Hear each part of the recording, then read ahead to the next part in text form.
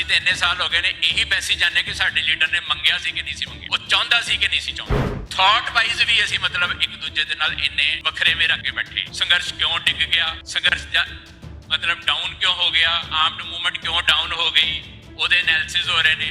ਤੇ ਐਨਾਲਿਸਿਸ ਕੌਣ ਕਰ ਰਿਹਾ? ਪੋਲੀਟੀਸ਼ੀਅਨਸ ਕਰ ਰਹੇ ਨੇ। ਜਿਹੜੇ ਮਿਲੀਟੈਂਟ ਲੀਡਰਸ਼ਿਪ ਹੈ, ਜਿਹੜੀ ਡਿਸੀਜਨ ਮੇਕਰ ਸੀ, ਉਹਨਾਂ ਨੂੰ ਉਹਦੇ 'ਚ ਸ਼ਾਮਿਲ ਹੀ ਨਹੀਂ ਕੀਤਾ ਜਾਂਦਾ। ਔਰ ਕਿਸੇ ਇੱਕ ਖਾਸ ਤੌਰ ਤੇ ਇੱਕ ਵਾਕਿਆ ਨੂੰ ਕਿ ਬਾਈਕਾਟ ਹੋ ਗਿਆ ਇਸ ਕਰਕੇ ਮੂਵਮੈਂਟ ਖਤਮ ਹੋ ਗਈ, ਬਸ ਉਹਦੇ ਨਾਲ ਹੀ ਮੂਵਮੈਂਟ ਖਤਮ ਹੋ ਗਈ। ਆਪਾਂ ਇਹਨੇ ਗੱਲਾਂ ਦੇ ਵਿੱਚ ਵੰਡੇ ਹੋਏ ਆ ਕਿ ਜਿਹੜੇ ਇੰਟਰਨੈਸ਼ਨਲ ਤੌਰ ਤੇ ਹਾਲਾਤ ਬਣੇ ਵੀ ਨੇ ਸਾਡੇ ਸਾਹਮਣੇ ਆ, ਕਿ ਅਸੀਂ ਉਹਨੂੰ ਗ੍ਰੈਸਪ ਕਰਨ ਲਈ ਤਿਆਰ ਆ, ਕਿ ਅਸੀਂ ਉਸ ਅਪਰਚੂਨਿਟੀਜ਼ ਨੂੰ ਅਵੇਲ ਕਰਨ ਲਈ ਤਿਆਰ ਆ। ਤੇ ਜੇ ਸਾਨੂੰ ਸਪੇਸ ਮਿਲ ਰਹੀ ਹੈ ਤੇ ਕੀ ਅਸੀਂ ਇਕੱਠੇ ਹੋ ਕੇ ਉਹਨੂੰ ਗ੍ਰੈਸਪ ਕਰਨ ਲਈ ਤਿਆਰ ਆ? ਜਿਹੜੀਆਂ ਗੱਲਾਂ ਸਾਨੂੰ ਇੱਕ ਦੂਸਰੇ ਤੋਂ ਦੂਰ ਕਰਦੀਆਂ ਨੇ ਤੇ ਖਾਸ ਤੌਰ ਤੇ ਜਿਹੜੀਆਂ 30-40 ਸਾਲ ਪਹਿਲਾਂ ਵਾਪਰ ਚੁੱਕੀਆਂ ਨੇ ਘਟਨਾਵਾਂ, ਉਹਨਾਂ ਦੇ ਉੱਤੇ ਬਹਿਸਣ ਨਾਲੋਂ, ਉਹਨਾਂ ਦੇ ਉੱਤੇ ਆਪਸ ਵਿੱਚ ਉਲਝਣ ਨਾਲੋਂ ਅਸੀਂ ਆਪਣੇ ਪ੍ਰੈਜ਼ੈਂਟ ਤੇ ਫਿਊਚਰ ਨੂੰ ਬ੍ਰਾਈਟ ਕਰਨ ਵਾਲੇ ਪਾਸੇ ਤੁਰੀਏ। ਅਸੀਂ ਆਪਣਾ ਅੱਜ ਸੰਭਾਲੀਏ। ਜੇ ਆਪਾਂ ਬਣੇ ਹੋਏ ਹਾਲਾਤਾਂ ਤੋਂ ਕੁਝ ਵੀ ਔਰ ਬਣੇ ਹੋਏ ਮੌਕਿਆਂ ਤੋਂ ਕੁਝ ਹਾਸਲ ਕਰਨਾ ਚਾਹੁੰਦੇ ਆ, ਪਿਛਲੀਆਂ ਗੱਲਾਂ ਨੂੰ ਟੱਚ ਨਾ ਕਰੋ। ਅੱਜ ਦੇਖੋ ਅੱਜ ਕੀ ਕਰ ਸਕਦੇ ਆ ਤੇ ਅੱਜ ਉਹ ਕਰੋ ਜੋ ਸਾਡੇ ਸੰਘਰਸ਼ ਦੇ ਭਵਿੱਖ ਨੂੰ ਬ੍ਰਾਈਟ ਕਰੇ, ਸਾਡੇ ਫਿਊਚਰ ਦੇ ਵਿੱਚ ਸਾਨੂੰ ਮੰਜ਼ਿਲ ਦੇ 2 ਕਦਮ ਹੋਰ ਨੇੜੇ ਲੈ ਕੇ ਜਾਵੇ। ਪਰਮ ਸਤਿਕਾਰਯੋਗ ਗੁਰੂ ਰੂਪ ਗੁਰੂ ਖਾਲਸਾ ਜੀ, ਅੱਜ ਤੁਸੀਂ ਭਾਈ ਗਜਿੰਦਰ ਸਿੰਘ ਹੋਣਾ ਦੀ ਯਾਦ ਦੇ ਵਿੱਚ ਜੋ ਇਹ ਸੈਮੀਨਾਰ ਰੱਖਿਆ, ਸ਼ਹੀਦ, ਸੰਘਰਸ਼ ਅਤੇ ਆਜ਼ਾਦੀ ਦਾ ਰਾਹ, ਉਸ ਵਿੱਚ ਪਹੁੰਚੇ ਹੋ। ਤੁਹਾਨੂੰ ਸਾਰਿਆਂ ਨੂੰ ਇੱਥੇ ਆਉਣ ਤੇ ਜੀ ਆਇਆਂ ਤੇ ਫਤਿਹ ਦੀ ਸਾਂਝ ਪਾਉਂਦੇ ਆ। ਵਾਹਿਗੁਰੂ ਜੀ ਕਾ ਖਾਲਸਾ, ਵਾਹਿਗੁਰੂ ਜੀ ਕੀ ਫਤਿਹ। ਮੇਰੇ ਤੋਂ ਪਹਿਲਾਂ ਭਾਈ ਪਰਮਜੀਤ ਸਿੰਘ ਜਿਹੜੇ ਸਟੇਟ ਸੈਕਟਰੀ ਨੇ, ਉਹਨਾਂ ਨੇ ਦੱਸਿਆ ਕਿ ਦਸੰਬਰ 1979 ਦੇ ਵਿੱਚ, 1978 ਦੇ ਵਿੱਚ ਜਦੋਂ ਦਲ ਖਾਲਸਾ ਬਣੀ ਤੇ ਜਿਹੜਾ ਉਹਦਾ ਪਹਿਲਾ ਇਜਲਾਸ ਸੀ 79 ਦੇ ਵਿੱਚ, 1 ਸਾਲ ਬਾਅਦ, ਉਹ ਗੁਰਦਾਸਪੁਰ ਦੀ ਧਰਤੀ ਤੇ ਹੋਇਆ ਸੀ। ਇੱਥੇ ਦੁਰੰਗਲਾ ਰੋਡ ਦੇ ਉੱਤੇ ਕੋਈ ਗੁਰਦੁਆਰਾ ਹੈ ਜਿਹਨੂੰ ਮਸੀਤ ਵਾਲਾ ਪਹਿਲਾਂ ਕਹਿੰਦੇ ਸੀ, ਮਸੀਤ ਵਾਲੀ ਜਗ੍ਹਾ ਲੈ ਕੇ ਤੇ ਸਿੰਘਾਂ ਨੇ ਉੱਥੇ ਗੁਰੂ ਘਰ ਬਣਾਇਆ ਸੀ। ਮੇਰੇ ਖਿਆਲ ਹੁਣ ਉਹਨੂੰ ਸਿੰਘ ਸਭਾ ਕਹਿੰਦੇ ਨੇ। ਉਸ ਗੁਰੂ ਘਰ ਦੇ ਵਿੱਚ ਪਹਿਲਾ ਇਜਲਾਸ ਹੋਇਆ ਸੀ ਤੇ 2 ਦਿਨ ਉਹ ਇਜਲਾਸ ਚੱਲਿਆ ਸੀ ਤੇ ਪੰਜਾਬ ਭਰ ਤੋਂ ਜਿਹੜੇ ਸਿੰਘ ਹੈ ਉਹ ਉੱਥੇ ਪਹੁੰਚੇ ਸੀ। ਔਰ ਉਸ ਇਜਲਾਸ ਦੇ ਨਾਲ ਇੱਕ ਜਿਹੜੀ ਦਲ ਖਾਲਸਾ ਨੇ ਆਪਣੀਆਂ ਪੰਜਾਬ ਭਰ ਦੀਆਂ ਜਿਹੜੀਆਂ ਸਰਗਰਮੀਆਂ ਆਰੰਭੀਆਂ ਸੀ। ਬੇਸ਼ੱਕ ਉਹ ਜ਼ਿਆਦਾ ਸਮਾਂ ਦਲ ਖਾਲਸਾ ਪੰਜਾਬ ਦੀ ਜਿਹੜੀ ਹਕੀਕੀ ਤੌਰ ਤੇ ਸਰਗਰਮੀ ਨਹੀਂ ਕਰ ਸਕਿਆ, ਕਿਉਂਕਿ ਅੱਜ ਦੇ ਦਿਨ 29 ਸਤੰਬਰ 1981 ਨੂੰ ਜਦੋਂ 9 ਦਿਨ ਬੀਤ ਗਏ ਸੀ ਜਰਨੈਲ ਸਿੰਘ ਭਿੰਡਰਾਂਵਾਲਿਆਂ ਦੀ ਜਿਹੜੀ ਗ੍ਰਿਫਤਾਰੀ ਹੋਈ ਸੀ ਚੌਂਕ ਮਹਿਤੇ, ਉਹਨਾਂ ਦੀ ਰਿਹਾਈ ਦੀ ਮੰਗ ਨੂੰ ਲੈ ਕੇ, ਤੇ ਉੱਥੇ ਜਿਹੜੇ ਪੁਲਿਸ ਗੋਲੀ ਦੇ ਨਾਲ 13 ਜਾਂ 15, ਸ਼ਾਇਦ 15 ਸੀ, 15 ਸਿੰਘ ਸ਼ਹੀਦ ਹੋਏ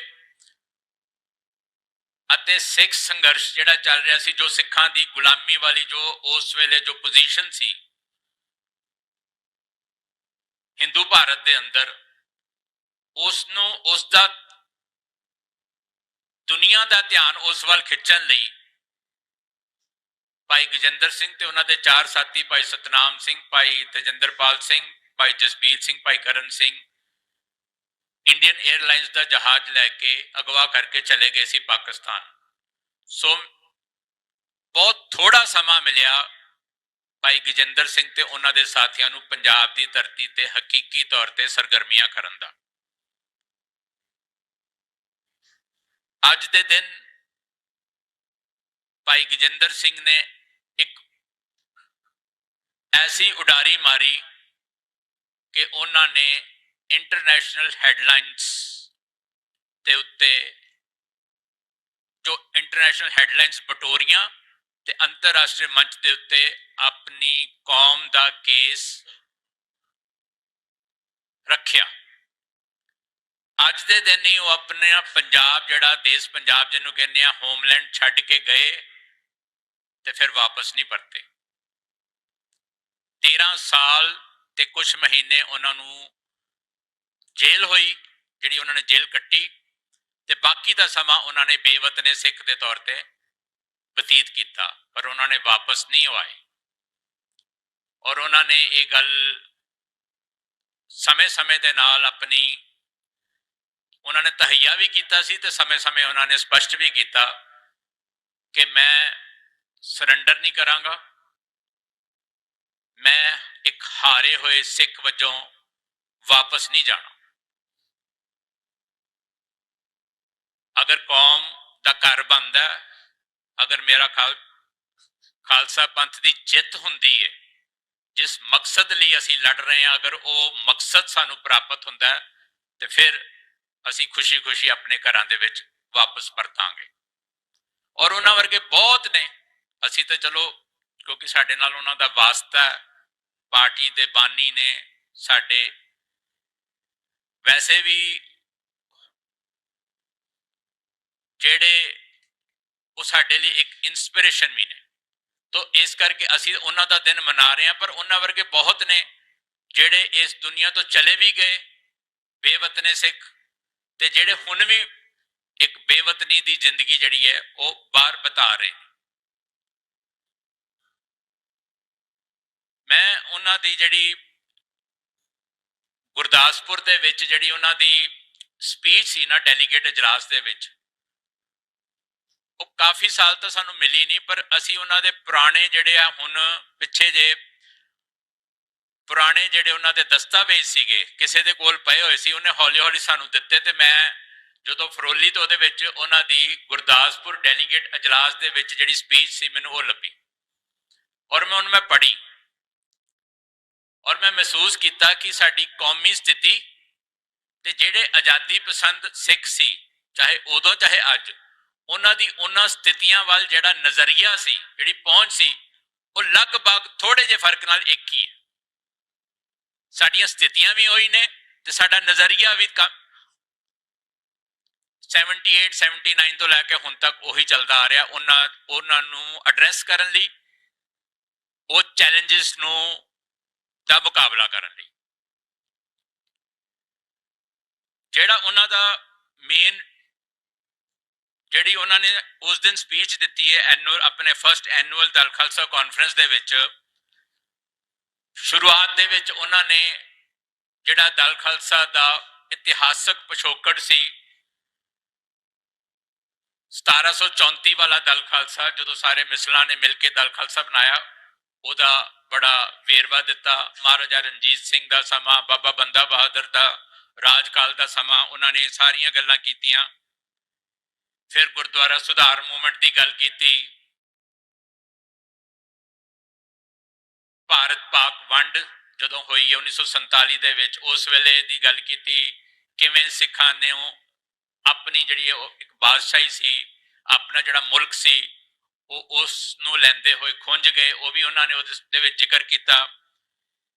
ਤੇ ਚਲਦੇ ਚਲਦੇ ਜਦੋਂ ਉਹ ਆਪਣੇ ਜਿਹੜਾ ਉਹਨਾਂ ਦਾ ਆਪਣਾ ਉਸ ਵੇਲੇ ਦਾ ਦਲ ਖਾਲਸਾ ਦਾ ਜਿਹੜੀ ਪ੍ਰੈਜ਼ੈਂਟ ਅਵਤਾਰ ਸੀ ਦਲ ਖਾਲਸਾ ਦਾ, ਜਿਹੜਾ 1978 ਦੇ ਵਿੱਚ ਜਿਹੜਾ ਉਹਨਾਂ ਨੇ ਖੁਦ ਆਪਣੇ ਭਾਈ ਹਰਸਿਮਰਨ ਸਿੰਘ ਤੇ ਦੂਜੇ ਸਾਥੀਆਂ ਨਾਲ ਮਿਲ ਕੇ ਜਿਹੜਾ ਜਿਹਨੂੰ ਹੋਂਦ ਵਿੱਚ ਲਿਆਂਦਾ ਸੀ, ਜਦੋਂ ਉੱਥੋਂ ਤੱਕ ਉਹ ਆਉਂਦੇ ਨੇ ਤਾਂ ਆਪਣੀ ਗੱਲ ਕਰਦੇ ਨੇ।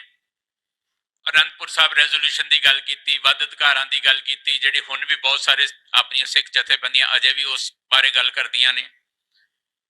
ਤਾਂ ਮੈਂ ਇੱਥੇ ਦੱਸਣਾ ਚਾਹੁੰਦਾ ਕਿ ਜਿਹੜਾ ਪਹਿਲੇ ਇਜਲਾਸ ਦੇ ਵਿੱਚ ਦਲ ਖਾਲਸਾ ਨੇ ਆਪਣੇ ਟੀਚੇ ਮਿੱਥੇ ਸੀ, ਉਹ ਉਹਨਾਂ ਨੇ 5 ਪੁਆਇੰਟਸ ਦੇ ਵਿੱਚ ਦਿੱਤੇ ਨੇ। ਕੰਪਲੀਟ ਸੋਵਰੈਨਿਟੀ, ਮੁਕੰਮਲ ਪ੍ਰਭੂਸੱਤਾ ਸੰਪੰਨ ਰਾਜ ਲਈ ਲੜਨਾ, ਦੂਜੀਆਂ ਕੌਮਾਂ ਜਿਹੜੀਆਂ ਸਟਰਗਲ ਕਰ ਰਹੀਆਂ ਨੇ ਹਿੰਦੁਸਤਾਨ ਦੇ ਵਿੱਚ, ਉਹਨਾਂ ਨਾਲ ਰਿਸ਼ਤੇ ਤੇ ਸਾਂਝ ਬਣਾਉਣੀ, ਜਿਹੜਾ ਸਿੱਖਾਂ ਦਾ ਆਰਥਿਕ ਸ਼ੋਸ਼ਣ ਹੋ ਰਿਹਾ ਉਹਦੇ ਖਿਲਾਫ ਲੜਨਾ, ਸਿੱਖਾਂ ਅੰਦਰ धार्मिक चेतनता जागरूकता पैदा करनी ते जिहड़ा नकली गुरुडम है ਉਹਦਾ हर तरीके नाल टाकरा करना मुकाबला करना। और मैं देखदा कि 79 ਦੇ ਵਿੱਚ ਉਹਨਾਂ ਨੇ 5 ਜਿਹੜੇ ਨਿਸ਼ਾਨੇ ਪਾਰਟੀ ਵੱਲੋਂ ਮਿੱਥੇ ਸੀ, ਹੁਣ ਵੀ ਅਸੀਂ ਉਸੇ ਤੇ ਹੀ ਔਰ ਤਕਰੀਬਨ ਬਹੁਤ ਸਾਰੀਆਂ ਸੰਸਥਾਵਾਂ ਇਸੇ ਹੀ ਇਹਦੇ ਆਲੇ ਦੁਆਲੇ ਥੋੜੇ ਫਰਕ ਦੇ ਨਾਲ ਸੰਘਰਸ਼ ਕਰਦੇ ਆ ਰਹੇ ਹਨ। ਉਹਨਾਂ ਨੇ ਉਦੋਂ ਦੇ ਹਾਲਾਤਾਂ ਦਾ ਜ਼ਿਕਰ ਕਰਦੇ ਹੋਏ ਕਿਹਾ ਕਿ 4 ਤਰ੍ਹਾਂ ਦੇ ਸਿੱਖ ਨੌਜਵਾਨ ਅੱਜ ਪੰਜਾਬ ਦੇ ਵਿੱਚ ਨੇ। ਉਹਨਾਂ ਨੇ ਸ਼ਾਇਦ इकबाल दी जिहड़ी है ਉਹਦੇ बोलों ਨੂੰ कोट करते हुए क्या, मोहब्बत मुझे उन जवानों से है सितारों पे जो डालते हैं कामंद। भी जिहड़ी नौजवानों की शक्ति है ना, पावर है, वो वड्डे वड्डे तूफानां का भी मुकाबला कर लैंदी है। ते जदों 4 तरह के नौजवानों का जिक्र करते हैं ना, 4 सैक्शनस ने जिहड़े 79 ਦੀਆਂ ਗੱਲਾਂ ਨੇ ਜਿਹੜੀਆਂ ਲਿਖ ਰਹੇ ਨੇ, ਉਦੋਂ ਮੇਰੇ ਖਿਆਲ ਹੈ ਕਿ ਸਾਡੇ ਵਿੱਚੋਂ ਕੋਈ ਵੀ ਨਹੀਂ ਸੀ ਜਿਹੜਾ ਉਸ ਵੇਲੇ ਇੰਨਾ ਚੇਤਨ ਤੇ ਇੰਨਾ ਸਰਗਰਮ ਹੋਵੇ। ਔਰ ਵੈਸੇ ਵੀ ਪੋਲੀਟੀਕਲੀ ਵੀ ਸੰਘਰਸ਼ ਵਾਈਜ਼ ਵੀ ਜਿਹੜੇ ਅੱਜ ਸਾਡੇ ਨਾਇਕ ਨੇ, ਉਹਨਾਂ ਵਿੱਚੋਂ ਵੀ ਬਹੁਤ ਸਾਰੇ ਨਾਇਕ ਜਿਹੜੇ ਨੇ ਉਹ 82 83 ਤੋਂ ਬਾਅਦ ਆਏ ਨੇ, ਜਾਂ ਬਹੁਤਾਂਤ 84 ਤੋਂ ਬਾਅਦ ਆਏ। ਉਹ ਕਹਿੰਦੇ ਨੇ ਕਿ ਇੱਕ ਉਹ ਨੇ ਜਿਹੜੇ ਹਿੰਦੂਡਮ ਦੇ ਵਿੱਚ ਸਿੱਖ ਨੇ, ਬਟ ਹਿੰਦੂਡਮ ਦੇ ਵਿੱਚ ਉਹਨਾਂ ਦਾ ਇਨਫਲੂਐਂਸ ਧਾਰਨ ਕਰਕੇ ਖਪਤ ਹੋ ਚੁੱਕੇ ਨੇ। ਫਿਰ ਦੂਜੇ ਉਹ ਨੇ ਜਿਹੜੇ ਮਾਰਕਸਿਸਟ ਅਪਰੋਚ ਦੇ ਵਿੱਚ ਪੂਰੇ ਤਰੀਕੇ ਦੇ ਨਾਲ ਖਰਚ ਹੋ ਚੁੱਕੇ ਨੇ, ਔਰ ਉਹ ਮਾਰਕਸਿਜ਼ਮ ਤੇ ਲੈਨਿਜ਼ਮ ਦੇ ਕਲਰਡ ਗਲਾਸਿਸ ਤੋਂ ਗੁਰੂ ਨਾਨਕ ਤੇ ਸਿੱਖੀ ਨੂੰ ਦੇਖਦੇ ਨੇ, ਉਹਦੀ ਵਿਆਖਿਆ ਕਰਦੇ ਨੇ। ਫਿਰ ਉਹ ਕਹਿੰਦੇ ਨੇ ਤੀਸਰੇ ਉਹ ਨੇ ਜਿਹੜੇ ਰਹਿਤ ਮਰਿਆਦਾ ਨੂੰ ਤੇ ਫੋਲੋ ਕਰਦੇ ਨੇ, ਸਿੱਖ ਆਰਗੇਨਾਈਜੇਸ਼ਨਸ ਦੇ ਵਿੱਚ ਵੀ ਹੈਗੇ ਨੇ, ਸਿੱਖੀ ਵਿੱਚ ਵੀ ਹੈਗੇ ਨੇ, ਬਟ ਉਹ ਜਿਹੜੀਆਂ ਗਵਰਨਮੈਂਟਸ ਪਾਵਰ 'ਚ ਹੁੰਦੀਆਂ ਨੇ ਨਾ, ਜਿਹੜੀ ਸੱਤਾ ਦੇ ਵਿੱਚ ਜਿਹੜੀਆਂ ਹਕੂਮਤਾਂ ਹੁੰਦੀਆਂ ਨੇ, ਉਹਨਾਂ ਤੋਂ ਬਾਹਰ ਨਹੀਂ ਜਾਂਦੇ, ਉਹਨਾਂ ਦੇ ਅੰਦਰ ਅੰਦਰ ਰਹਿੰਦੇ ਨੇ। ਔਰ ਉਹਨਾਂ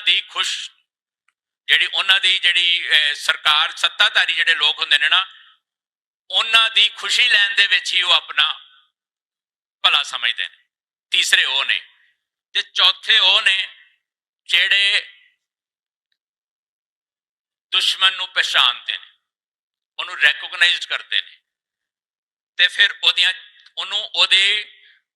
ਉਹਦੇ ਡੈਨ ਵਿੱਚ ਜਾ ਕੇ, ਉਹਦੇ ਘਰ ਵਿੱਚ ਜਾ ਕੇ ਚੈਲੰਜ ਕਰਕੇ ਆਉਂਦੇ ਨੇ। ਉਹ ਚੌਥੇ ਉਹ ਨੇ ਜਿਹੜੇ ਖਾਲਸਾ ਪਰਚਮ ਨੂੰ ਸਟੇਟ ਪੋਲਿਟਿਕਸ ਦੇ ਉੱਤੇ ਲਹਿਰਾਉਣ ਲਈ ਉਤਾਵਲੇ ਨੇ। ਇਹ ਚੌਥੇ ਨੇ ਜਿਹੜੇ ਟੋਟਲ ਤਰੀਕੇ ਦੇ ਨਾਲ ਗਾਂਧੀਅਨ ਮੋਡ ਆਫ ਸੱਤਿਆਗ੍ਰਹਿ ਨੂੰ ਰਿਜੈਕਟ ਕਰਦੇ ਨੇ, ਡਿਸਐਸੋਸੀਏਟ ਕਰਦੇ ਨੇ ਗਾਂਧੀਅਨ ਮੋਡ ਆਫ ਸੱਤਿਆਗ੍ਰਹਿ ਨੂੰ। ਇਹ 79 ਦੀਆਂ ਜਿਸ ਤਰ੍ਹਾਂ ਉਹ ਲਿਖ ਰਹੇ ਨੇ, ਤੇ ਜਿਹੜੇ ਆਪਣੀ ਸਟਰਗਲ ਨੂੰ ਇੰਟਰਨੈਸ਼ਨਲ ਸਫੇਅਰ ਤੇ ਜਾ ਕੇ ਲੜਨਾ ਚਾਹੁੰਦੇ ਨੇ, ਉੱਥੇ ਤੱਕ ਲੈ ਕੇ ਜਾਣਾ ਚਾਹੁੰਦੇ ਨੇ।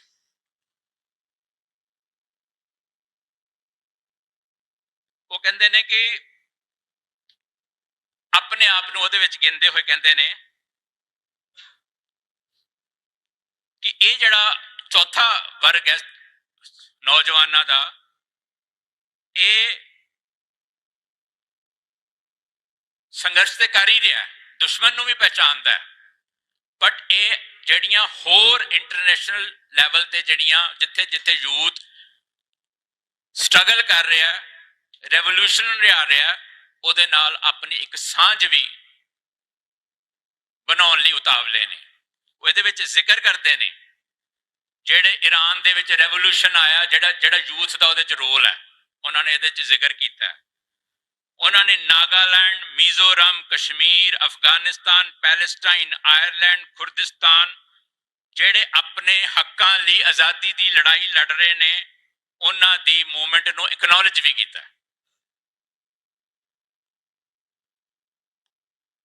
ਉਹ ਕਹਿੰਦੇ ਨੇ ਕਿ ਜਿਹੜੀ ਸਕਸੈਸ ਹੈ ਇਸਲਾਮਿਕ ਰੈਵੋਲੂਸ਼ਨ ਦੀ ਈਰਾਨ ਦੇ ਵਿੱਚ ਮਾਡਰਨ ਟਾਈਮਸ, ਤੇ ਜਿਹੜੀ ਸਟਰਗਲ ਹੈ ਅਫਗਾਨਿਸਤਾਨ ਦੀ ਅਗੇਂਸਟ ਦੀ ਰਸ਼ੀਅਨ ਡੋਮੀਨੈਂਸ, ਇਹ ਇੱਕ ਵੱਡੇ ਬਦਲਾਅ ਵਾਲੇ ਪਾਸੇ ਜਾ ਰਹੀ ਹੈ, ਵੱਡੇ ਬਦਲਾਅ ਦੇ ਸੰਕੇਤ ਦੇ ਰਹੀ ਹੈ।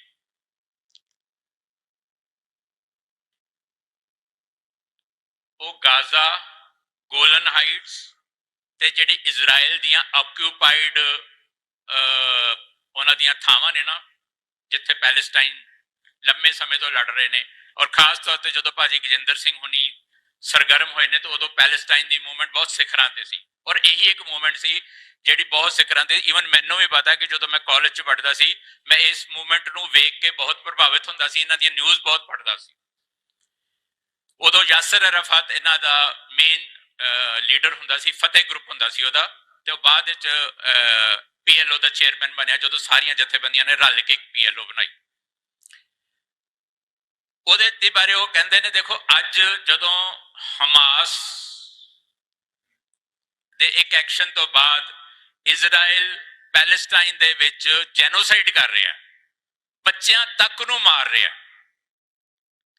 ਔਰ ਪੂਰੀ ਤਬਾਹੀ ਮਚਾਈ ਹੋਈ ਹੈ, ਔਰ ਸਾਰੀ ਦੁਨੀਆ ਉਹਨੂੰ ਇਹ ਕਹਿ ਰਹੀ ਹੈ ਕਿ ਜਿਹੜਾ ਸੋਲਿਊਸ਼ਨ ਹੈ ਇਸ ਵੇਲੇ ਇਜ਼ਰਾਈਲ ਪੈਲੇਸਟਾਈਨ ਦੀ ਫਾਈਟ ਦਾ, ਉਹ ਹੈਗਾ two nation solution, two country solution. ਅੱਜ ਸਾਰੀ ਦੁਨੀਆ ਕਹਿ ਰਹੀ ਹੈ।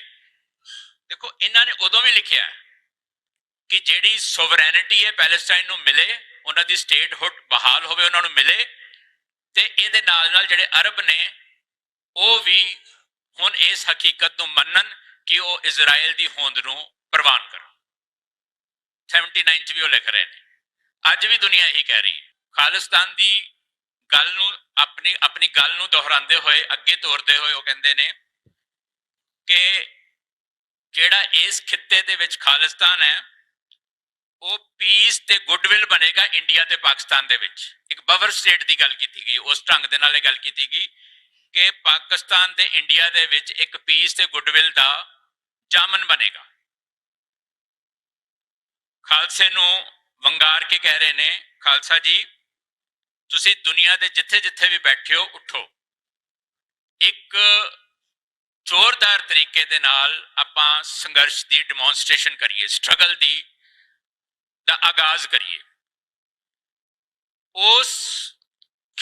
ਉਸ ਖਿੱਤੇ ਦੇ ਆਗਾਜ਼ ਕਰੀਏ ਜਿਹੜੀ ਗੁਰੂ ਸਾਹਿਬ ਦੀ ਵਰਸੋਈ ਹੋਈ ਸਰਜ਼ਮੀਨ ਹੈ, ਜਿੱਥੇ ਹਰ ਸਵੇਰ ਜਪਜੀ ਦੀਆਂ ਧੁਨਾਂ ਨਾਲ ਸ਼ੁਰੂ ਹੋਵੇ ਤੇ ਹਰ ਸ਼ਾਮ ਰਹਿ ਰਸ ਦੀਆਂ ਧੁਨਾਂ ਨਾਲ ਉਹਦੀ ਸਮਾਪਤੀ ਹੋਵੇ। ਇਸ ਢੰਗ ਦੇ ਨਾਲ ਉਹ ਆਪਣੀ ਗੱਲ ਮੈਂ ਬਹੁਤ ਸ਼ਾਰਟ 'ਚ ਉਹਨਾਂ ਦੀ ਜਿਹੜੀ ਗੱਲ ਹੈ ਤੁਹਾਨੂੰ ਦੱਸੀ ਹੈ। ਪੁਰਾਣਾ ਡਾਕੂਮੈਂਟ ਸੀਗਾ ਤੇ ਮੈਂ ਉਸ ਨੂੰ, ਉਹਨਾਂ ਦੀ ਸਪਿਰਿਟ ਨੂੰ ਤੁਹਾਡੇ ਨਾਲ ਸਾਂਝਾ ਕੀਤਾ, ਤੇ ਮੈਂ ਇਹ ਦੱਸਣ ਦੀ ਕੋਸ਼ਿਸ਼ ਕੀਤੀ ਕਿ ਜਿਹੜੀ ਆਜ਼ਾਦੀ ਦਾ ਰਾਹ ਹੈ ਉਹ ਲੰਮੇਰਾ ਹੈ, ਲੰਮਾ ਹੋ ਗਿਆ। ਕਈ ਵਾਰ ਬਹੁਤ ਛੇਤੀ ਵੀ ਆਜ਼ਾਦੀ ਮਿਲ ਜਾਂਦੀ ਹੈ, ਕਈ ਵਾਰ ਲਹਿਰਾਂ ਜੜੀਆਂ ਨੇ, ਮੂਵਮੈਂਟਸ ਜੜੀਆਂ ਨੇ ਲੰਮੀਆਂ ਚਲਦੀਆਂ ਨੇ, ਔਰ ਕਈ ਵਾਰੀ ਬਹੁਤ ਲੰਮੇ ਸਮੇਂ ਤੱਕ ਸਾਨੂੰ ਉਹਨਾਂ ਦੇ ਵਿੱਚ ਮਤਲਬ ਆਪਣੀ ਜਿਹੜਾ ਯੋਗਦਾਨ ਹੈ, ਆਪਣੀ ਜਿਹੜੀ ਇਨਵੋਲਵਮੈਂਟ ਹੈ ਉਹ ਰੱਖਣੀ ਪੈਂਦੀ ਹੈ। ਔਰ ਕਈ ਵਾਰੀ, ਔਰ ਜਦੋਂ ਕੋਈ ਸੰਘਰਸ਼, ਖਾਸ ਤੌਰ ਤੇ ਆਜ਼ਾਦੀ ਦਾ ਸੰਘਰਸ਼ ਲੰਮਾ ਪੈ ਜਾਂਦਾ ਹੈ ਤੇ ਕਈ ਵਾਰ ਬਹੁਤ ਸਾਰੇ ਜਿਹੜੇ ਪਲੇਅਰਸ ਹੁੰਦੇ ਨੇ ਉਹ ਨਿਰਾਸ਼ਤਾ 'ਚ ਵੀ ਆ ਜਾਂਦੇ ਨੇ, ਔਰ ਉਹ ਨਿਰਾਸ਼ ਹੋ ਕੇ ਹੋਰਨਾਂ ਪਾਸਿਆਂ ਵੱਲ ਵੀ ਤੁਰ ਪੈਂਦੇ ਨੇ। ਅੱਜ ਜਿਹੜਾ ਸਮਾਂ ਹੈ, ਕਿਉਂਕਿ ਇਹ 79 ਦਾ ਜਿਹੜਾ ਡਾਕੂਮੈਂਟ ਹੈ, ਮੈਂ ਉਹਨੂੰ ਅੱਜ ਦੇ ਸਮੇਂ ਨਾਲ ਤੁਹਾਨੂੰ ਕੋਰਿਲੇਟ ਕਰਕੇ ਆਪਣੀ ਗੱਲ ਖਤਮ ਕਰਾਂਗਾ। ਜਿਹੜਾ ਅੱਜ ਸਮਾਂ ਉਹ ਕਲੀਅਰ ਕੱਟ ਸਾਡੇ ਲਈ ਚੈਲੰਜਸ ਦਾ ਸਮਾਂ ਹੈ। ਬਹੁਤ ਬੁਰੇ ਤਰੀਕੇ ਦੇ ਨਾਲ ਸਾਡੀ ਜਿਹੜੀ ਤਾਕਤ ਹੈ ਨਾ ਸਿੱਖਾਂ ਦੀ, ਉਹ ਵੰਡੀ ਹੋਈ ਹੈ। ਡਿਫਿਕਲਟ ਟਾਈਮ ਹੈ, ਚੈਲੰਜਸ ਵੀ ਬਹੁਤ ਨੇ, ਬਟ ਇਹੀ ਸਮਾਂ ਜਿਹੜਾ ਹੁੰਦਾ ਹੈ ਉਹ ਅਪਰਚੂਨਿਟੀਜ਼ ਦਾ ਵੀ ਹੁੰਦਾ ਹੈ, ਮੌਕਿਆਂ ਦਾ ਵੀ ਹੁੰਦਾ ਹੈ। ਜਦੋਂ ਦੁਨੀਆ ਦੇ ਵਿੱਚ ਇੱਕ ਸਿੱਖਾਂ ਦੀ, ਸਿੱਖ ਐਕਟਿਵਿਜ਼ਮ ਦੀ, ਖਾਲਿਸਤਾਨ ਦੀ ਗੱਲ ਚੱਲ ਰਹੀ ਹੋਵੇ, ਤੇ ਉਹ ਫਿਰ ਜਿੱਥੇ ਚੈਲੰਜਸ ਹੁੰਦੀ ਹੈ ਕਿ ਅਸੀਂ ਉਸ ਨੂੰ ਸਸਟੇਨ ਕਿਵੇਂ ਕਰਨਾ ਹੈ, ਉਹਨੂੰ ਮੇਨਟੇਨ ਕਿਵੇਂ ਕਰਨਾ ਹੈ, ਅੱਗੇ ਕਿਵੇਂ ਲੈ ਕੇ ਜਾਣਾ ਹੈ। ਤੇ ਉਸ ਵੇਲੇ ਮੌਕੇ ਵੀ ਹੁੰਦੇ ਨੇ ਕਿ ਤੁਸੀਂ ਜਦੋਂ ਤੁਹਾਨੂੰ ਦੁਨੀਆ ਸਪੇਸ ਦੇ ਰਹੀ ਹੋਵੇ, ਤੁਹਾਨੂੰ ਡਿਸਕਸ ਕਰ ਰਹੀ ਹੋਵੇ, ਤੇ ਤੁਸੀਂ ਆਪਣੀ ਮੂਵਮੈਂਟ ਨੂੰ ਕਾਮਯਾਬੀ ਵੱਲ, ਮੰਜ਼ਿਲ ਵੱਲ ਕਿਵੇਂ ਲੈ ਕੇ ਜਾਣਾ।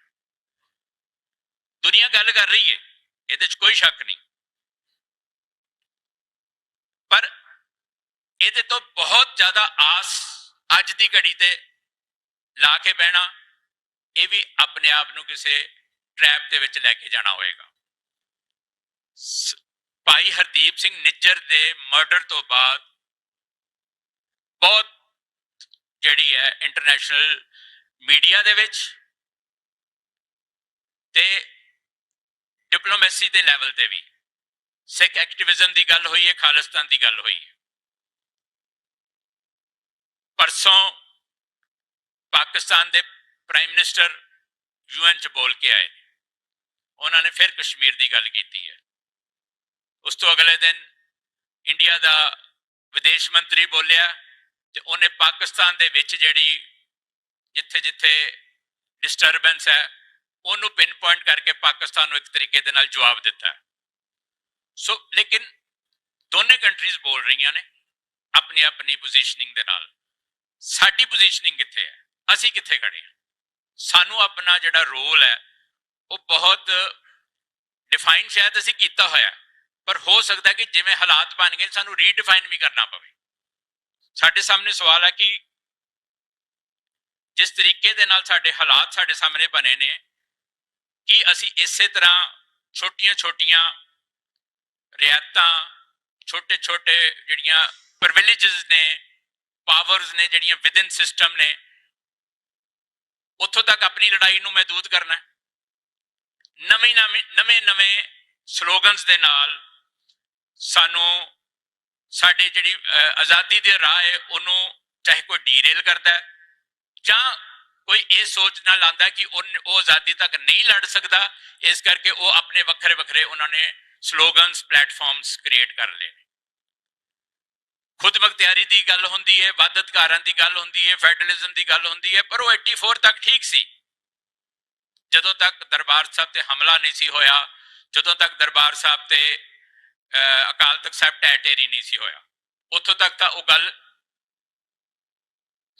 ਚੰਗੀ ਲੱਗਦੀ ਸੀ, ਸੁਣਨ ਨੂੰ ਚੰਗੀ ਲੱਗਦੀ ਸੀ, ਤੇ ਲੜਿਆ ਵੀ ਗਿਆ ਉਹਦੇ ਤੇ ਧਰਮ ਯੁੱਧ ਮੋਰਚਾ। ਪਰ ਜਿਹੜੇ ਲੋਕ ਕਹਿੰਦੇ ਨੇ ਕਿ 84 ਤੋਂ ਪਹਿਲਾਂ ਦੀ ਜਿਹੜੀ ਲੀਡਰਸ਼ਿਪ ਸੀ, ਖਾਸ ਤੌਰ ਤੇ ਜਰਨੈਲ ਸਿੰਘ ਭਿੰਡਰਾਂਵਾਲੇ, ਉਹਨਾਂ ਨੇ ਕਦੀ ਖਾਲਿਸਤਾਨ ਦੀ ਗੱਲ ਨਹੀਂ ਕੀਤੀ। ਪਹਿਲੀ ਗੱਲ ਤਾਂ ਮੈਂ ਉਹਨਾਂ ਨਾਲ ਇਤਫਾਕ ਹੀ ਨਹੀਂ ਕਰਦਾ ਕਿ ਉਹਨਾਂ ਨੇ ਗੱਲ ਹੀ ਨਹੀਂ ਕੀਤੀ। ਤੁਸੀਂ ਕਹਿ ਸਕਦੇ ਹੋ ਕਿ ਗਵਰਨਮੈਂਟ ਦੇ ਨਾਲ ਉਹਨਾਂ ਨੇ ਸਿੱਧੀ ਮੰਗ ਨਹੀਂ ਕੀਤੀ, ਗਵਰਨਮੈਂਟ ਨੂੰ ਇਹ ਨਹੀਂ ਕਿਹਾ ਕਿ ਸਾਨੂੰ ਖਾਲਿਸਤਾਨ ਚਾਹੀਦਾ, ਸਾਨੂੰ ਦਿਓ, ਬਟ ਉਹ ਆਪਣਾ ਖਾਲਿਸਤਾਨ, ਗੁਲਾਮੀ, ਆਜ਼ਾਦੀ, ਇਹ ਗੱਲਾਂ ਸਾਰੀਆਂ ਆਪਣੇ ਹਰ ਢੰਗ ਨਾਲ ਜਿਵੇਂ ਸਿੱਖਾਂ ਨੂੰ ਸਮਝ ਆ ਸਕਦੀ ਉਹਨਾਂ ਨੇ ਕੀਤੀਆਂ, ਬੜਾ ਕਲੀਅਰ ਕੱਟ ਕੀਤੀਆਂ ਨੇ ਉਹਨਾਂ ਨੇ।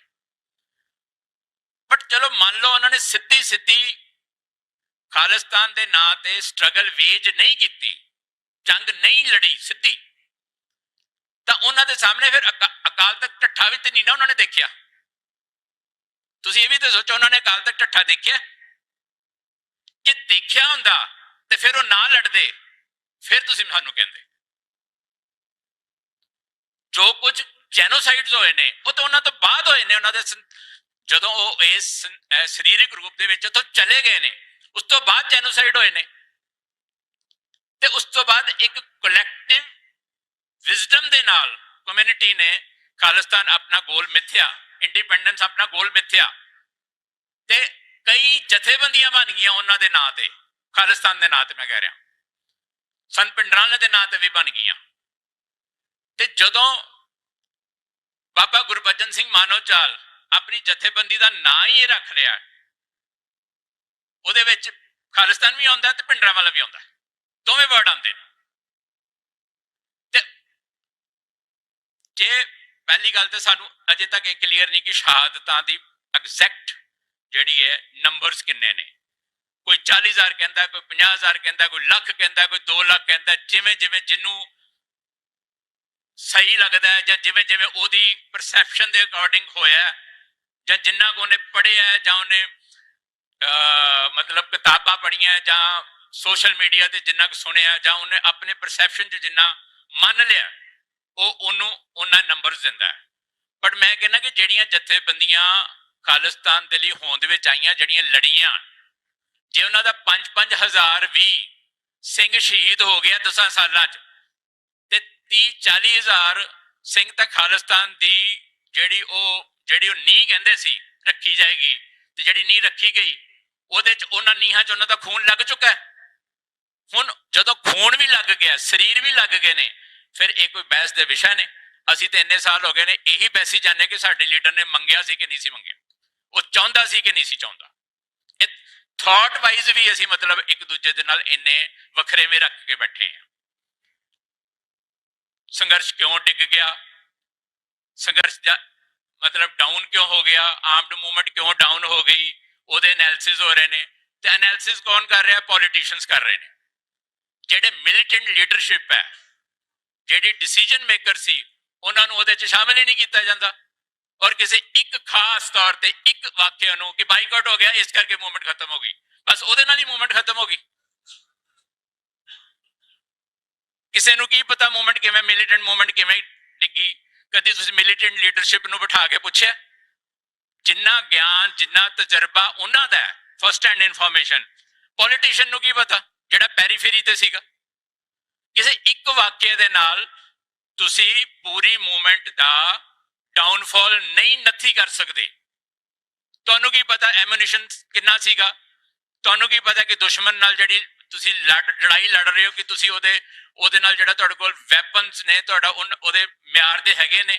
ਤੁਹਾਨੂੰ ਕੀ ਪਤਾ ਕਿ ਤੁਹਾਡੇ ਕੋਲ ਜਿਹੜੀ ਰਿਕਰੂਟਮੈਂਟ ਹੈ ਉਹ ਆ ਰਹੀ ਹੈ, ਨਹੀਂ ਆ ਰਹੀ, ਜਾਂ ਕਿੰਨੀ ਕਿ ਤੁਹਾਡਾ ਨੁਕਸਾਨ ਹੋ ਚੁੱਕਾ, ਕਿੰਨੀ ਕਿ ਤੁਹਾਡੀਆਂ ਸ਼ਹਾਦਤਾਂ ਹੋ ਚੁੱਕੀਆਂ ਨੇ, ਨਵਾਂ ਨੌਜਵਾਨ ਰਿਕਰੂਟ ਹੋ ਰਿਹਾ ਨਹੀਂ ਹੋ ਰਿਹਾ?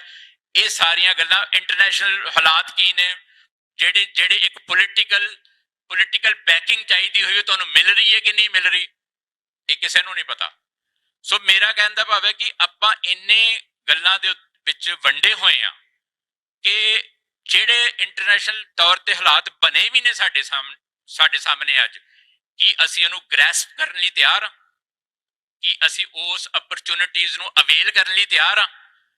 ਜਿਵੇਂ ਮੇਰੇ ਤੋਂ ਪਹਿਲਾਂ ਕਿਹਾ ਕਿ ਇਦਾਂ ਦੀਆਂ ਅਪਰਚੂਨਿਟੀਜ਼ ਪਹਿਲਾਂ ਵੀ ਆਈਆਂ, ਹੁਣ ਵੀ ਆਈਆਂ। ਸ਼ਾਇਦ ਹੁਣ ਸੋਸ਼ਲ ਮੀਡੀਆ ਕਰਕੇ ਜਾਂ ਇੰਟਰਨੈਸ਼ਨਲ ਮੀਡੀਆ 'ਚ ਥਾਂ ਮਿਲਣ ਕਰਕੇ ਉਹ ਜ਼ਿਆਦਾ ਸਾਨੂੰ ਦਿਖ ਰਹੀਆਂ ਨੇ ਕਿ ਸਾਨੂੰ ਸਪੇਸ ਮਿਲ ਰਹੀ ਹੈ।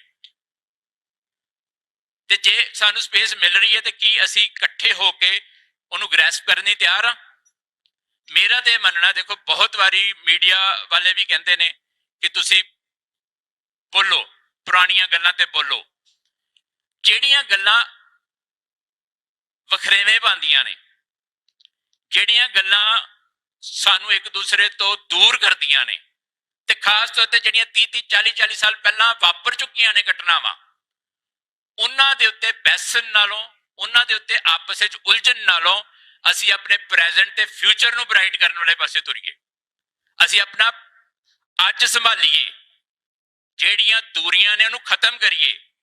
ਜਿਵੇਂ ਦੱਸਿਆ ਗਿਆ ਕਿ ਏਕਤਾ ਦੀ ਬਿਲਕੁਲ ਇਹੀ ਡੈਫੀਨੇਸ਼ਨ ਹੁੰਦੀ ਹੈ ਏਕਤਾ ਦੀ, ਕਿ ਤੁਸੀਂ ਇੱਕ ਦੂਜੇ ਨੂੰ ਕੱਟੋ ਨਾ, ਇੱਕ ਦੂਜੇ ਦੀਆਂ ਲੱਤਾਂ ਨਾ ਖਿੱਚੋ, ਇੱਕ ਦੂਜੇ ਦੀ ਕਿਰਦਾਰ ਕੁਸ਼ੀ ਨਾ ਕਰੋ, ਇਕੱਠੇ ਹੋਵੋ।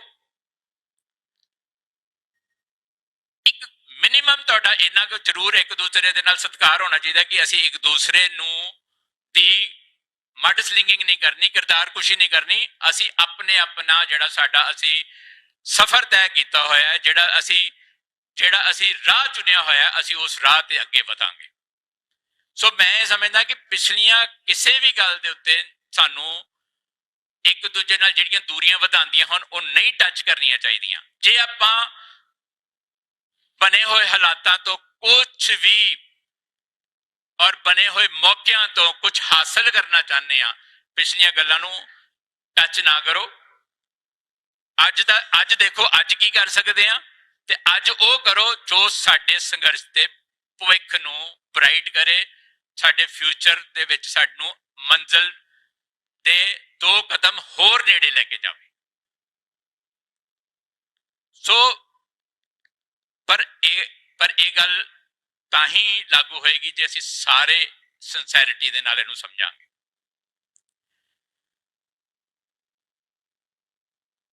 ਭਾਜੀ ਗਜਿੰਦਰ ਸਿੰਘ ਹੋਣੀ ਚਲੇ ਗਏ, ਹੋਰ ਸਾਥੀ ਜਿਹੜੇ ਉਹਨਾਂ ਦੇ ਉਮਰਾਂ ਦੇ ਨੇ ਉਹ ਵੀ ਉਹਨਾਂ ਦੇ ਹੈਲਥ ਇਸ਼ੂਜ਼ ਬਹੁਤ ਨੇ। ਥ੍ਰੈਟ ਅੱਜ ਵੀ ਹੈ, ਕੋਈ ਭਾਈ ਨਿੱਜਰ ਦੇ ਅਸੈਸੀਨੇਸ਼ਨ ਤੋਂ ਬਾਅਦ, ਭਾਈ ਪੰਜਵੜ ਦੇ ਅਸੈਸੀਨੇਸ਼ਨ ਤੋਂ ਬਾਅਦ ਕੋਈ ਥ੍ਰੈਟ ਖਤਮ ਨਹੀਂ ਹੋਈ। ਮੇਰੇ ਖਿਆਲ ਹੈ ਕਿ ਭਾਈ ਨਿੱਜਰ ਦਾ ਜ਼ਿਕਰ ਬਾਰ-ਬਾਰ ਦੁਨੀਆ ਦੇ ਪਲੇਟਫਾਰਮਸ ਤੇ ਇਸ ਕਰਕੇ ਵੀ ਆਉਂਦਾ ਹੈ ਕਿ ਭਾਈ ਨਿੱਜਰ ਇਕੱਲਾ ਉਹ ਸਿੱਖ ਹੈ, ਖਾਲਿਸਤਾਨੀ ਸਿੱਖ, ਜਿਹੜਾ right to self determination referendum ਲਈ ਲੜਦਾ ਸੀ, ਜਿਹਨੂੰ ਉਹਦੀ ਅਸੈਸੀਨੇਸ਼ਨ ਤੋਂ ਬਾਅਦ ਉਹਦੇ ਮੁਲਕ ਨੇ ਪਾਰਲੀਮੈਂਟ ਦੇ ਵਿੱਚ ਟ੍ਰਿਬਿਊਟਸ ਦਿੱਤੇ ਹੋਣ ਖੜੇ ਹੋ ਕੇ। ਕਿਸੇ ਮੁਲਕ ਦੇ ਵਿੱਚ ਕਦੀ ਕਿਸੇ ਖਾਲਿਸਤਾਨੀ ਸਿੱਖ ਨੂੰ ਇੰਨਾ ਰਿਸਪੈਕਟ, ਇੰਨਾ ਮਾਣ ਨਹੀਂ ਮਿਲਿਆ। ਇਹ ਛੋਟੀ ਗੱਲ ਨਹੀਂ ਸੀ। ਇੱਥੇ ਕਿਸੇ ਨੇ ਉਹਨੂੰ ਇਸ ਤਰ੍ਹਾਂ ਸੀਰੀਅਸਲੀ ਨਹੀਂ ਲਿਆ। ਕੈਨੇਡਾ ਦੀ ਪੂਰੀ ਪਾਰਲੀਮੈਂਟ ਨੇ, ਪੂਰੇ ਐਮਪੀਜ਼ ਨੇ ਖੜੇ ਹੋ ਕੇ ਉਹਨੂੰ ਟ੍ਰਿਬਿਊਟਸ ਦਿੱਤੇ ਨੇ, ਪੂਰੇ ਮੁਲਕ ਨੇ। ਔਰ ਜਿਸ ਕੌਮ ਦਾ ਉਹ ਬਛਿੰਦਾ ਸੀ, ਉਹਦੀ ਪਾਰਲੀਮੈਂਟ, ਜਿਹਨੂੰ SGPC ਕਹਿੰਦੇ ਆ, ਉਹਨੇ ਆਪਣੇ ਇਜਲਾਸ ਦੇ ਵਿੱਚ ਉਸ ਤਰ੍ਹਾਂ ਦਾ ਮਾਨ ਸਨਮਾਨ ਨਹੀਂ ਉਹਨੂੰ ਦਿੱਤਾ। ਹਾਂ, ਬਿਆਨ ਜ਼ਰੂਰ ਦਿੱਤਾ, ਉਹ ਵੀ ਕੰਡੈਮ ਕੀਤਾ ਉਹਦੀ ਅਸੈਸੀਨੇਸ਼ਨ ਨੂੰ, ਬਟ SGPC ਦੇ ਇਜਲਾਸ ਦੇ ਵਿੱਚ ਉਸੇ ਤਰ੍ਹਾਂ ਉਸ ਨੂੰ ਸ਼ਰਧਾਂਜਲੀ ਦਿੱਤੀ ਜਾਣੀ ਚਾਹੀਦੀ ਹੈ। ਘੱਟੋ ਘੱਟ ਕੈਨੇਡਾ ਨੂੰ ਵੀ ਇਹ ਗੱਲ ਦਾ ਪਤਾ ਲੱਗੇ ਕਿ ਜਿਸ ਕੌਮ ਦੇ, ਹਾਲਾਂਕਿ ਉਹਨਾਂ ਨੇ ਉਹਨੂੰ ਇਸ ਕਰਕੇ ਦਿੱਤਾ ਕਿਉਂਕਿ ਉਹ ਕੈਨੇਡੀਅਨ ਸਿੱਖ ਸੀਗਾ, ਉਹਨਾਂ ਦਾ ਬਸ਼ਿੰਦਾ ਸੀ, ਪਰ ਜਿਸ ਕੌਮ ਦਾ ਬਸ਼ਿੰਦਾ ਸੀ ਉਹ ਕੌਮ ਵੀ ਉਹਨੂੰ ਮਾਣ ਦੇਵੇ ਤੇ ਕੈਨੇਡਾ ਨੂੰ ਅਹਿਸਾਸ ਹੋਵੇ ਕਿ ਅਸੀਂ ਜਿਸ ਵਿਅਕਤੀ ਨੂੰ ਇੰਨਾ ਰਿਸਪੈਕਟ ਦੇ ਰਹੇ ਹਾਂ, ਉਹਦੀ ਕਮਿਊਨਿਟੀ ਵੀ ਉਹਨੂੰ ਬਹੁਤ ਜ਼ਿਆਦਾ ਰਿਸਪੈਕਟ ਦੇ ਰਹੀ ਹੈ। ਅੱਜ ਦਾ ਸੈਮੀਨਾਰ ਭਾਜੀ ਉਹਨਾਂ ਦੀ ਯਾਦ 'ਚ ਸੀਗਾ। ਪ੍ਰੋਫੈਸਰ ਜਗਮੋਹਨ ਸਿੰਘ ਉਹਨਾਂ ਦੇ ਬੜੇ ਪ੍ਰਿय ਮਿੱਤਰ ਨੇ, ਮੇਰੇ ਤੋਂ ਪਹਿਲਾਂ ਆਏ ਉਹਨਾਂ ਦੇ ਮਿੱਤਰ ਨੇ, ਉਹਨਾਂ ਨੇ ਬੋਲਣਾ ਹੈ। ਭਾਈ ਨਰੈਣ ਸਿੰਘ ਉਹਨਾਂ ਦੇ ਸੰਗੀ ਸਾਥੀ ਰਹੇ ਨੇ, ਭਾਈ ਜੁਝਾਰ ਸਿੰਘ, ਭਾਈ ਪਰਮਜੀਤ ਸਿੰਘ ਗਾਜੀ, ਇਹਨਾਂ ਨੇ ਬਹੁਤ ਚੰਗੇ ਢੰਗ ਦੇ ਨਾਲ ਆਪਣੇ ਆਪਣੇ ਇੱਕ ਅੰਦਾਜ਼ ਦੇ ਨਾਲ ਗੱਲ ਕਹੀ ਹੈ। ਧੰਨਵਾਦ ਹੈ ਇਹਨਾਂ ਦਾ, ਇਹਨਾਂ ਨੌਜਵਾਨਾਂ ਦਾ। ਅਸੀਂ ਤੇ ਕਹਿੰਦੇ ਹਾਂ ਕਿ ਜਿਸ ਤਰ੍ਹਾਂ ਉਹਨਾਂ ਨੇ ਵੀ ਲਿਖਿਆ ਕਿ ਨੌਜਵਾਨਾਂ ਨੂੰ ਇਹ ਪਿੜ ਹੁਣ ਸੰਭਾਲ ਲੈਣਾ ਚਾਹੀਦਾ, ਔਰ ਜੋ ਦੁਨੀਆ ਦੇ ਹਾਲਾਤ ਬਣੇ ਨੇ, ਜਿਸ ਤਰੀਕੇ ਦੇ ਨਾਲ ਮੈਂ ਇੱਕ ਆਪਣੀ ਗੱਲ ਇੱਥੇ ਸਮੇਟਦਾ ਕਿ ਜਿਸ ਤਰੀਕੇ ਦੇ ਨਾਲ ਪੈਲੇਸਟਾਈਨ ਦੇ ਵਿੱਚ ਜੋ ਕੁਝ ਹੋ ਰਿਹਾ ਹੈ, ਔਰ UN ਬੋਲ ਰਿਹਾ, ਉਹਦੀ ਲਿਪ ਸਰਵਿਸ ਨੂੰ ਕੋਈ ਸੁਣ ਨਹੀਂ ਰਿਹਾ। ਇਜ਼ਰਾਈਲ ਕੱਲ ਵੀ ਉੱਥੇ ਬੋਲ ਕੇ ਆਇਆ ਕਿ ਅਸੀਂ ਨਾ ਗਾਜ਼ਾ ਦੇ ਲੋਕ ਬਖਸ਼ਣੇ ਨੇ, ਪੂਰੇ ਤਬਾਹ ਕਰਨੇ ਨੇ, ਨਾ ਲੈਬਨਾਨ ਦੇ ਲੋਕਾਂ ਨੂੰ ਸਾਹ ਆਉਣ ਦੇਣਾ। ਉਹ ਬੋਲ ਕੇ ਆਇਆ, ਪੂਰੀ ਬਦਮਾਸ਼ੀ ਦੇ ਨਾਲ ਆਪਣੀ ਗੱਲ ਕਰਕੇ ਆਇਆ। ਤੇ UN ਜਿਹੜਾ ਉਹ ਟੁੱਥਲੈਸ ਟਾਈਗਰ ਵਾਂਗੂ ਕਹਿ ਰਿਹਾ ਪਰ ਕਰ ਕੁਛ ਨਹੀਂ ਪਾ ਰਿਹਾ। ਔਰ ਸਾਡੇ ਮਾਮਲੇ 'ਚ ਵੀ ਇਦਾਂ ਹੀ ਹੈ। 84 ਲੈ ਲਓ, 84 ਦਾ ਨਵੰਬਰ ਲੈ ਲਓ, ਉਸ ਤੋਂ ਬਾਅਦ ਫੇਕ ਇਨਕਾਊਂਟਰਸ ਲੈ ਲਓ, ਪਤਾ ਨਹੀਂ ਕਿੰਨੀ ਵਾਰ UN ਨੂੰ ਮੈਮੋਰੈਂਡਮਸ ਦੇ ਚੁੱਕੇ ਆ, ਕਿੰਨੀ ਵਾਰ ਉਹਨਾਂ ਦੇ ਦਰਾਂ ਮੋਰੇ ਜਾ ਚੁੱਕੇ ਆ। ਦੇ ਡੋਂਟ ਸਪੀਕ ਫॉर ਅਸ। ਉਹ ਸਾਡੇ ਬਾਰੇ ਕੁਛ ਨਹੀਂ ਅਜੇ ਬੋਲ ਰਹੇ, ਤੇ ਉਹਨਾਂ ਦੇ ਅੰਦਰ ਤਾਂ ਅਸੀਂ ਬੋਲ ਹੀ ਨਹੀਂ ਸਕਦੇ, ਉਹਨਾਂ ਦੇ ਅੰਦਰ ਤਾਂ ਅਸੀਂ ਅਜੇ ਜਾ ਹੀ ਨਹੀਂ ਸਕਦੇ। ਉਹਨਾਂ ਦੇ ਅੰਦਰ ਜਾਣ ਲਈ ਸਾਨੂੰ ਕਿਸੇ ਸੋਵਰਨ ਫ੍ਰੈਂਡਲੀ ਕੰਟਰੀ ਦੀ ਮਦਦ ਚਾਹੀਦੀ ਹੈ।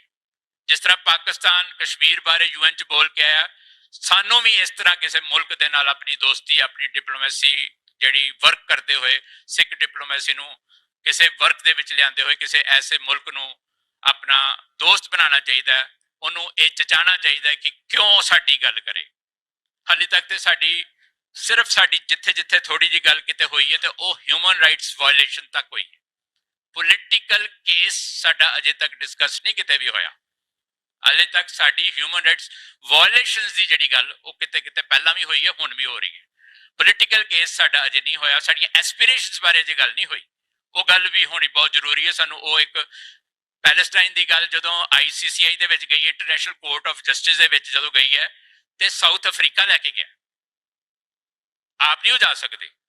ਇਹ ਸਾਨੂੰ ਮਤਲਬ ਕਲੀਅਰ ਹੈ ਕਿ ਨਾ ਅਸੀਂ UN 'ਚ ਜਾ ਸਕਦੇ ਹਾਂ, ਨਾ ਅਸੀਂ ਇੰਟਰਨੈਸ਼ਨਲ ਕੋਰਟ 'ਚ ਜਾ ਸਕਦੇ ਹਾਂ। ਉੱਥੇ ਇੱਕ ਸੋਵਰਨ ਕੰਟਰੀ ਹੀ ਜਾ ਸਕਦੀ ਹੈ।